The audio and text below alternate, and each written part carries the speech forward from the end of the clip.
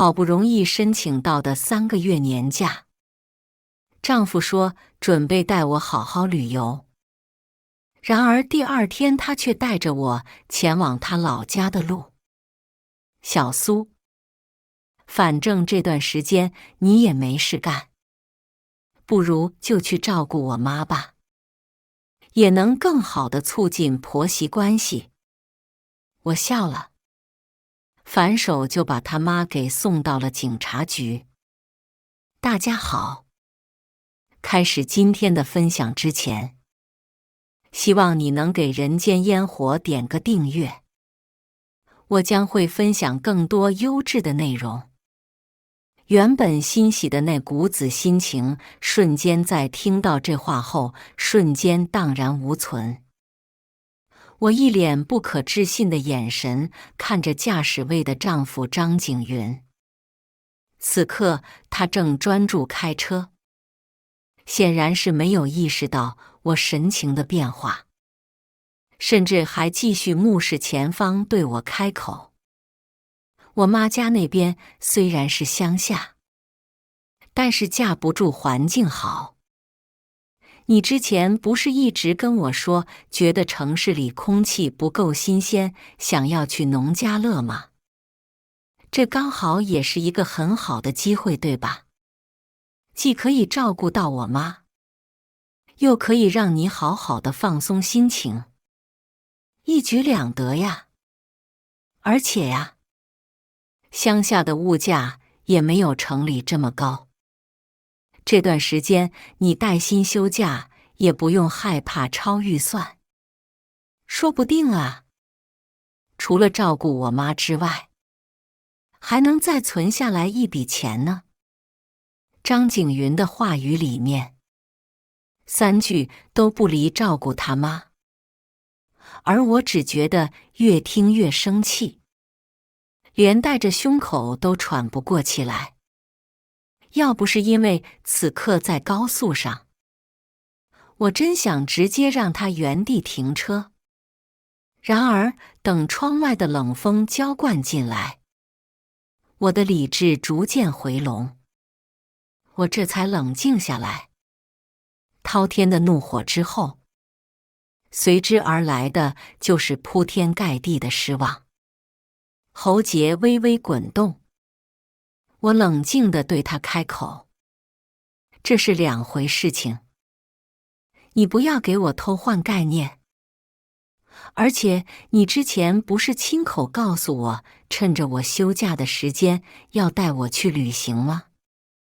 张景云大概是没有想到我会这么说，他微微一愣，随即挠挠头：老婆，旅行不急，反正我们以后有的是时间。现在我妈躺在床上，没有人照顾。你也知道，她从小到大把我拉着大不容易的。她现在生病，我总不能不管不顾吧？跟张景云结婚的时候，我就知道他是单亲家庭长大的，但我没有想到他竟然是个妈宝男。我深呼吸一口气，而后对着他开口：张景云，首先，我没有让你对你妈不管不顾。其次，你妈生病，你可以请护工来照顾她。再怎么样，你也不应该让我一个儿媳妇去照顾她。毕竟她是我的婆婆，并不是我的妈。而且我连我妈都没有照顾过。你怎么有这个脸皮对我提出这样的要求，让我去照顾你妈的？越说越激动，我的话也开始变得犀利难听，甚至一点面子都不给他。张景云闻言，脸色瞬间拉下来。苏以沫，我不过是让你照顾一下我妈，怎么了？你作为我的妻子，难道就不应该好好体谅一下我的不容易吗？我一边要赚钱，一边还要想着我妈的病情。你看，我都好几天没睡好觉了。这几天我天天乡下城里两头跑，我难道就不辛苦吗？苏以沫，你不知道体谅我不容易，现在反而还反过来谴责我的不是。你怎么能这么自私呢？听到他这样无情指责我的话，我一口气差点没下去。自私？就因为我没有照顾他妈，他就不顾这些年我为这个家庭的付出，认定我是一个自私的女人吗？我一脸冷漠地看着他，语气冰冷地开口：张景云，既然你这么心疼你妈，你大可以自己去照顾她。毕竟你妈把你拉扯大，确实不容易。你也该好好的趁着这个机会尽孝心。说我自私，其实自私的那个人是你才对。从你想着把你妈丢给我的那一刻，你妈就是白养你了。闻言，他立马开口反驳我的话。他告诉我，现在他的事业正处于上升期，如果运气好的话，下一任部门经理就会是他。要是因为婆婆的病情而影响到他的事业，那就得不偿失了。我听着他这冠冕堂皇的借口，嗤笑了一声。当初我还因为他有事业心，所以决定跟他结婚，却不想他所谓的事业心，不过都是他自私的借口罢了。在他的世界里，所有的事情都比不上他这个人来的重要。听到这里，我直接冷笑了一声，并且明确地告诉他，我不可能去照顾他妈。这件事情让他自己去想办法解决。眼见我的态度如此强硬，张景云显然也失去了劝我的耐心。我要是有办法的话，还会来求你吗？你以为我不知道请护工吗？可是请护工一个月少说就要5000元，我不过就是一个打工的，每个月的工资也不过1万元。苏以沫，我没有你这么强大的背景跟能力。你是公务员，每个月的收入有基本的保障，到年终还有不菲的奖金。你的生活根本就不需要有任何的烦恼。而且你眼下有3个月的带薪假期。既然如此的话，那你去照顾我妈不是刚好吗？既可以帮我暂时解决这个问题，又可以促进你们的公婆关系，不是吗？原来如此。直到这一刻，我才真正的明白他心里的那个如意算盘。我是公务员，每个月有固定的收入，甚至我爸妈自己做点小生意。我们家可以算是小康家庭，确实可以说是衣食无忧。而在得知我调休年假有3个月的假期，张景云就把这个算盘打到我的身上，让我去照顾他妈，并且试图用我的钱去承担婆婆的病情，从而为她减少这个经济负担。这算盘打得可真是好啊！他想这些事情的时候，甚至都没有为我考虑过，或者想着跟我商量过，直接将我骗过来。这是想要生米煮成熟饭是吗？眼见我一脸冰冷的模样，张景云深呼吸一口气，而后语气软了下来，再次对我苛求：“老婆，我的好老婆，你就帮帮忙嘛！你知道的，我们都是一家人，一家人不就是有难同当吗？等我以后升职做了小领导，到时候我一定好好的补偿你，你就辛苦3个月，好吗？老婆，我这也是为了我们的这个小家。看看他给我画的这个大饼，可真的是让我感到保障啊！他怎么能如此厚脸无耻地说出这样的话来？自己的妈自己不知道照顾，竟然让我一个外人去照顾。感情我嫁到他家是做保姆的吗？事到如今，我也不想再跟他多说。让我去照顾他是绝对不可能的事情。前面岔口掉头回去，立刻。中途的时候，张景云在高速服务区停下。我因为方才的事情有点生气，所以不想跟他再待在同一个空间。于是下车准备去卫生间好好的洗个脸，冷静一下。下车的时候，我当然没有错过他黑成煤炭的脸色，但是我知道我不能让步，因为一旦我这次退让，等待我的只会是他的得寸进尺。然而等我再次出来的时候，却发现高速服务区根本就没有张景云的车子。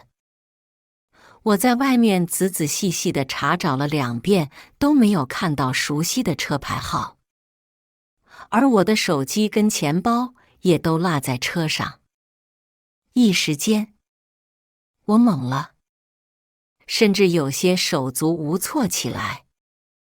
因为这边靠近郊区，所以高速服务站没有商铺，这也意味着我根本就没有办法打电话，只能眼睁睁地等着下一辆车的到来，接一下机主的电话。等待的这段时间，我的内心翻涌起一阵阵的心酸跟悲哀。纵然我再怎么欺骗自己，我也不能不承认这个事实。张景云就是故意把我丢在服务区的，空无一人的服务区。他就是想要让我也体验一下婆婆那种孤苦伶仃的感受，从而让我屈服吗？简直就是做梦。我就这样从天亮等到天黑，等了将近8个小时。饥饿感让我差点陷入昏迷。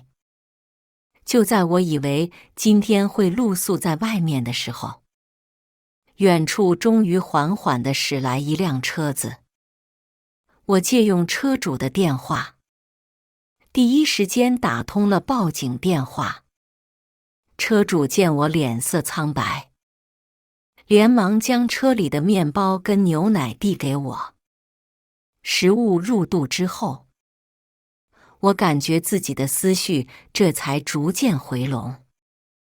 大约过了半个小时后，警察到来。在得知我的遭遇后，警察很快就给张景云打了电话过去。不出10分钟，他驶着汽车也出现在我的面前。所以，他是一直都没走在这附近吗？意识到这一点，我对他感到愈加的恶心。下车后，他一脸惊讶地跑到我的面前，对我开口：“老婆，你没上车呀？那你怎么不给我打电话呀？”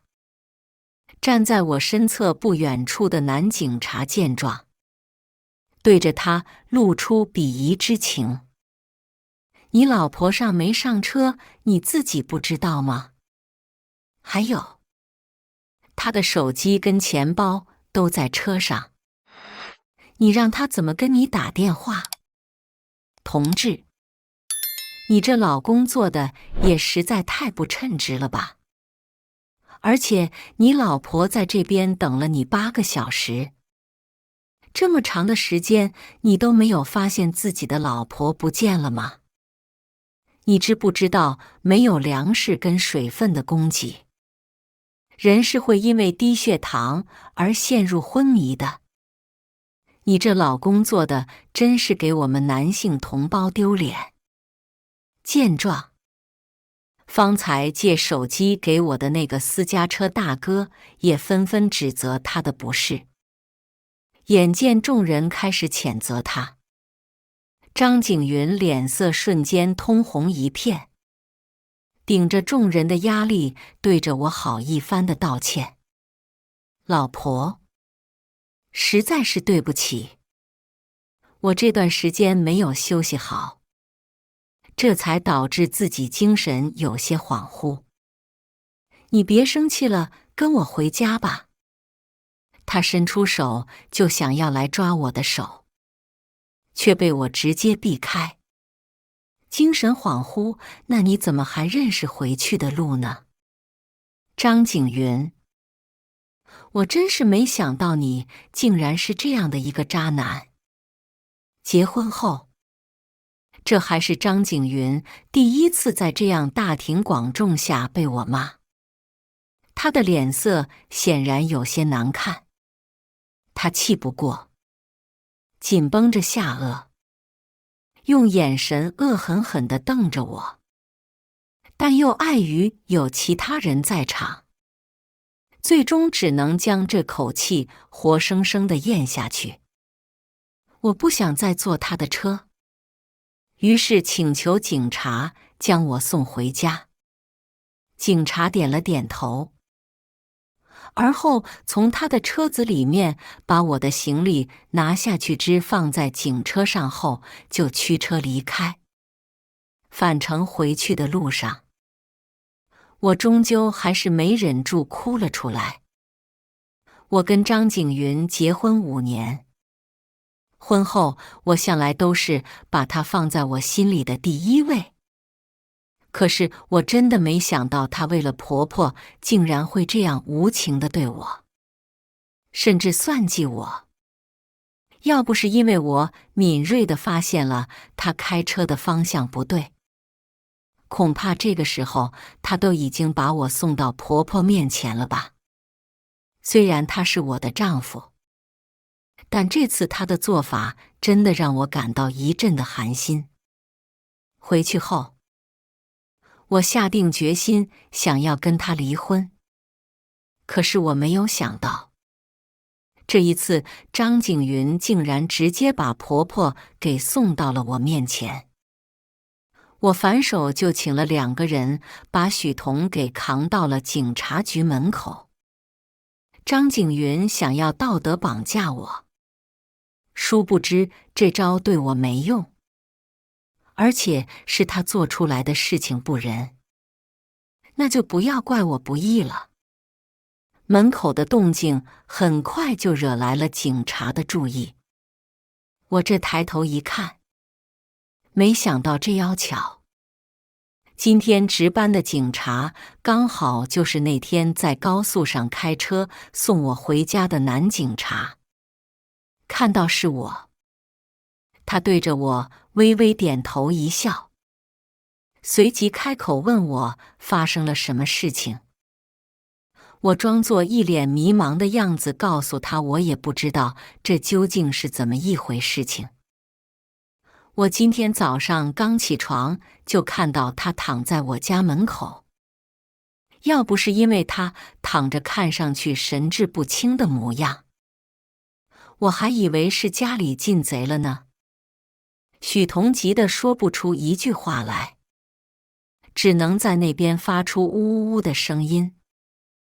而我无视他这副瘫痪的样子，转头对着警察发出诚挚的请求：希望他们能够好好的帮我查一下，这究竟是谁家的老人。也不知道是不是丢失了。这要是丢失了，那家属该有多着急呀！见我这么说，男警察连忙点点头，并且开始搜索许彤身上是否带着身份证。其实说起来，我跟许彤之间见面的次数并不多，当初也只不过在婚礼上见过一面，之后就没有再接触过，因此他长什么样子我早就忘记了。只不过没想到，不过短短5年，他就满头白发，还瘫痪在床，看上去还真是挺可怜的。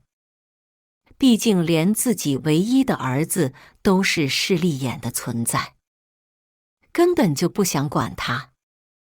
男警察很快就从他的身上找出来一张放在口袋里面的身份证，一经查找，很快就找到了直系亲属信息。他看了看我，表情一脸的为难，犹豫再三后，这才对我开口：“苏小姐，你老公是不是叫张景云？”我点点头。这位老人是张景云的母亲，也就是你婆婆。闻言，我一脸惊讶地看着此刻躺在地上的许彤。在片刻的恍惚后，我这才开口：“实在是对不起，我跟婆婆平常基本不联系，当初也就结婚的时候见过一面。我真是没有想到，她竟然瘫痪了。可是照这个意思说的话，那她就是我老公带回家的吗？可是我老公从来都没有对我说起过要把婆婆带回家的事情啊。更何况，我家里还有小孩子要照顾。婆婆这一来，我又要上班，又要照顾小孩，还要打理家务，哪里还有这么多的时间照顾婆婆呢？而且我刚才给她打电话，她都没有接，这是摆明了要把家里所有的担子都丢给我呀。可我也不过是一个女人，我哪有这样的三头六臂呀？为了博取同情，我直接在警察局门口哭哭泣泣起来。见我如此，男警察也为我抱不平，第一时间给张景云打电话过去，并让他把自己的母亲接回去。毕竟先前因为高速上面的那件事情，男警察对张景云本来就有了些许的偏见，此刻打电话的时候语气更是僵硬冰冷。很快，我就听到了张景云拒绝的声音，还让警察联系我。男警察显然也不想跟他多讲废话，于是直接将法律搬了出来。张先生，从法律角度来讲，你是许彤的儿子，而苏以沫是他的儿媳妇。媳妇是没有这个义务跟责任照顾婆婆的，但是你有。所以如果你不回来接走老人的话，我们会派人以遗弃罪逮捕你。直到警察说出这番话后，他这才连忙开口应下说马上就回来。大概是因为太过于焦急，以至于他忘记挂电话。怨恨咒骂的声音就这么透过话筒传到众人的耳中。苏以沫这个贱人，我都把我妈送到他面前了，他竟然还不知道给我照顾好他。当初真的是被他这个乖巧的假面给骗了，还说什么孝顺老人，到头来就知道给我惹是生非。许彤也是，生什么病不好，竟然给我瘫痪了。妈的，老子工作忙得焦头烂额，还要照顾一个老不死的，真是晦气。男警察越听越愤怒，大概也是没想到真的有这样道德败坏、自私自利的人。他气得直接挂断了电话，甚至还宽慰我，让我不要放心里去。我笑了笑，我当然不会放心里去。早在张景云把我一个人丢在高速服务区的时候，我就已经想通了，我这辈子铁定会跟他离婚的。从警察局回去后，我从家里搬了出去。这套房子当初是我们家出钱买的，因此没有写张景云的名字。我把东西收拾好了之后，第一时间联系了中介。面对这样一个自私自利的男人，我是不可能也无法再跟他过下去的。女儿这段时间也刚好放暑假，于是我带着她就准备出国好好的散心旅游。做人，取悦自己才是最重要的。到达机场的时候，张景云的电话就喋喋不休地打过来，却都被我通通挂断。后来他又发微信谴责我为什么要把许彤送到警察局。苏以沫，你这么做就不怕天打雷劈吗？笑话，许彤是他的老妈，他自己对自己的老妈不管不顾，关我屁事。就算要被天打雷劈，那这个人也只会是他，而不是我。我关掉手机，然后牵着女儿的手就上了异国他乡的飞机。正如张景云说的，我赚的钱足够养活自己，既然能够让自己衣食无忧，那我何必要去为难自己过让我感到不舒坦的生活呢？没有了张景云，我的日子只会更自由自在。女儿我也能一个人养好。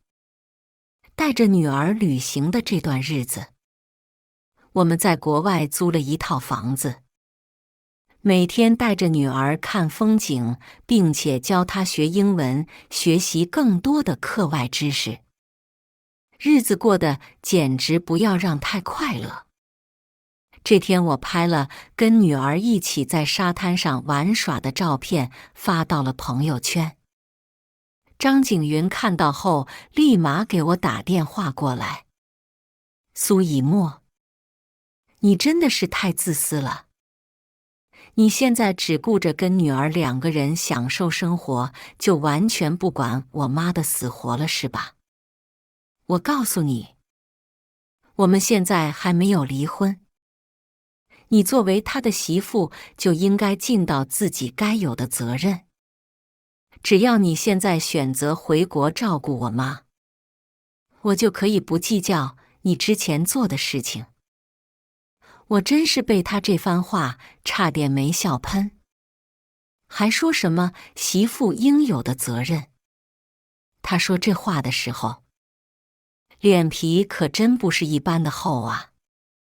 再者说了，他自己的妈自己不知道好好的去照顾，一天到晚的把这个算盘打到我身上干嘛？难道我是欠他钱了，还是欠他命了？真是可笑。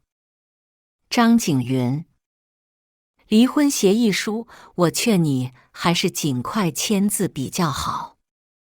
不然的话，我不介意用法律途径起诉你。”说完这话，我直接就挂了电话。又这样过了1个月。这天我正跟爸妈打视频聊天，从他们口中我得知张景云最近的日子过得简直就是一塌糊涂。那天本来准备去出差的他，接到电话后只能匆匆地从机场赶回来。不仅如此，他到达警察局接人的时候，还被那个男警察好一番的思想教育。张景云在众人面前丢了这样大的脸，开车回去的路上就对着许彤好一顿的发泄，就差没打人了。可他也知道那是他妈，就算他再怎么生气也不能动手。于是就这样忍着怒气回到了小区，却发现公寓的钥匙被换，就连他的行李也被人收拾出来放在了门口。经过好一番的询问，他这才知道房子已经被我卖掉了。走投无路下，他还想来找我爸妈寻求帮助，直接被我爸用扫把赶了出去。我爸脾气大，他被吓得落荒而逃。后来实在没办法，他只能带着他妈住在了一晚上80元的小旅馆。为了不影响到他的事业，他最终只能咬牙跺脚，花费了5000元请了一个护工。可是他1个月的收入最多也就1万元，护工加上租旅馆的费用占了他工资的80%。他的日子开始过得更加的紧巴巴。他深知这样下去不行，于是他再次将主意打到我的身上来。接到医院电话说张景云生病住院的时候，我正在教女儿写作业。飞机落地的时候，已经是5个小时以后的事情。我将女儿安置在爸妈的家里，而后慢悠悠地前往医院。躺在病床上的张景云脸色果然憔悴得很，满脸的胡渣，眼窝凹陷，甚至人也瘦得不成样子。见我过来，他的嘴角微微勾起，但并不是欣喜，而是为自己的计谋得偿的愉悦之情。果然，他立马开口：“老婆，对不起，我错了，我真的错了。之前是我没有照顾到你的感受，现在我终于意识到你的不容易。让你照顾妈真的不是一件容易的事情。我现在听从你的话，请一个护工。但是你能不能帮我分担一些经济压力，好吗？”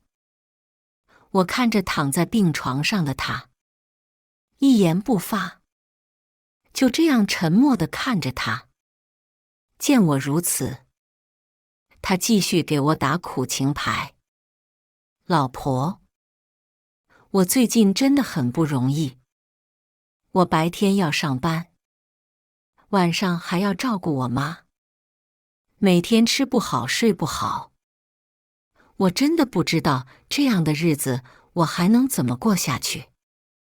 没有你的帮助，我真的不行啊，老婆。老婆，你帮帮我吧，好不好？”我放下手里的水果篮，有些不耐地掏了掏耳屎。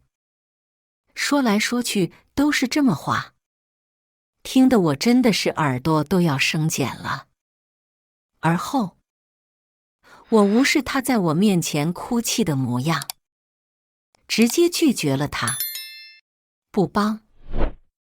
张景云的脸色瞬间阴沉一片，但他知道眼下有求于我，只能选择暂时隐忍下来。于是压着情绪继续耐心劝我：老婆，看在我们夫妻多年的份上，你难道就真的这么无情吗？我点点头。是啊，我本来就是一个无情的女子。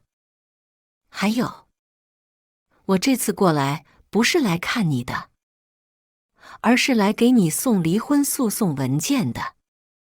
我打开包包，将一份文件放在他的面前。你一直拖着死活不肯离婚，严重影响到了我目前的生活，而且这对我今后的生活也没有任何的帮助。既然你这执迷不悟，所以我就直接提出了诉讼。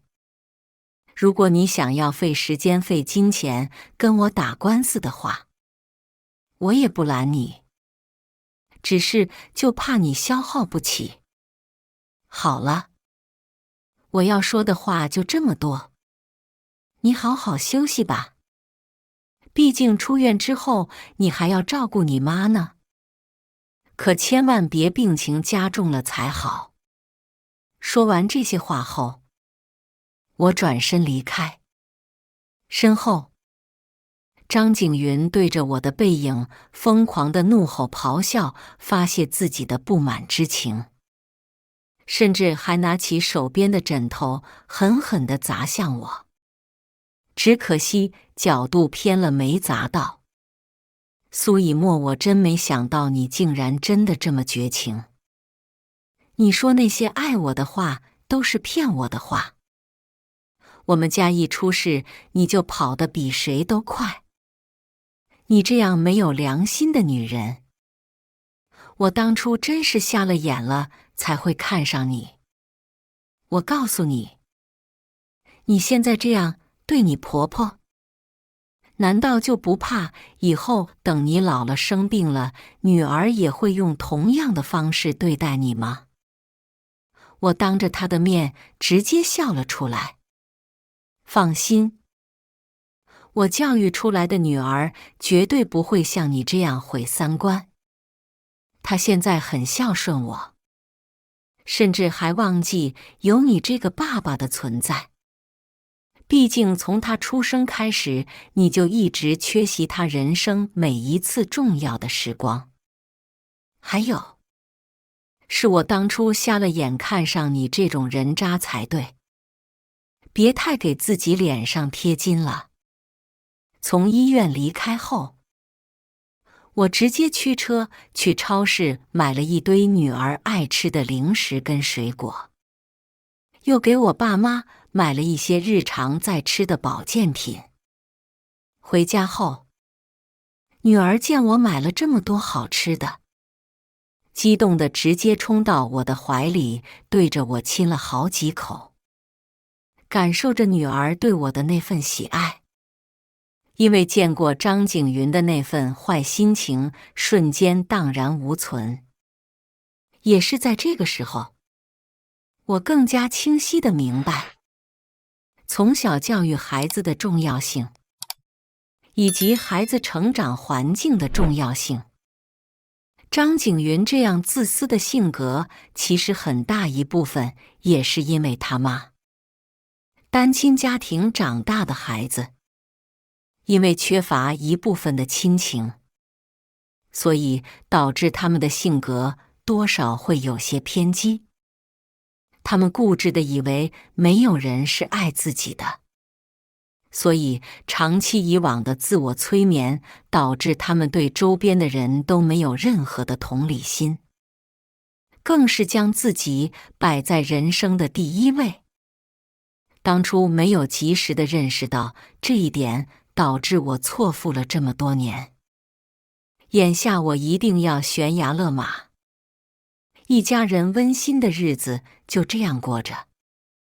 女儿在我教育下也变得更加懂事体贴， 1周后，我从朋友的口中再次听到张景云的消息。听说他出院后，发现那个请的护工原来是个小偷。在他住院的第2天，护工就偷走了出租房里面所有值钱的东西，比如他的笔记本电脑，还有一些银行卡。而张母则躺在出租房里面，床上是满满当当的排泄物。他忍着巨大的怒气，一边照顾收拾自己瘫痪的母亲，一边还要继续打工赚钱养活他们娘俩。可正是因为长期处于这样紧张高压力的生活环境下，他在工作上出了差错，不仅跟升职失之交臂，还被同事反咬一口污蔑泄露公司机密，直接被赶出了公司，失去了自己最重视的工作机会。他失魂落魄地回到了出租房，躺在床上的张母就像是压倒骆驼的最后一根稻草。这些天的压抑，他再也忍受不了，就这样对着张母好一通的发泄。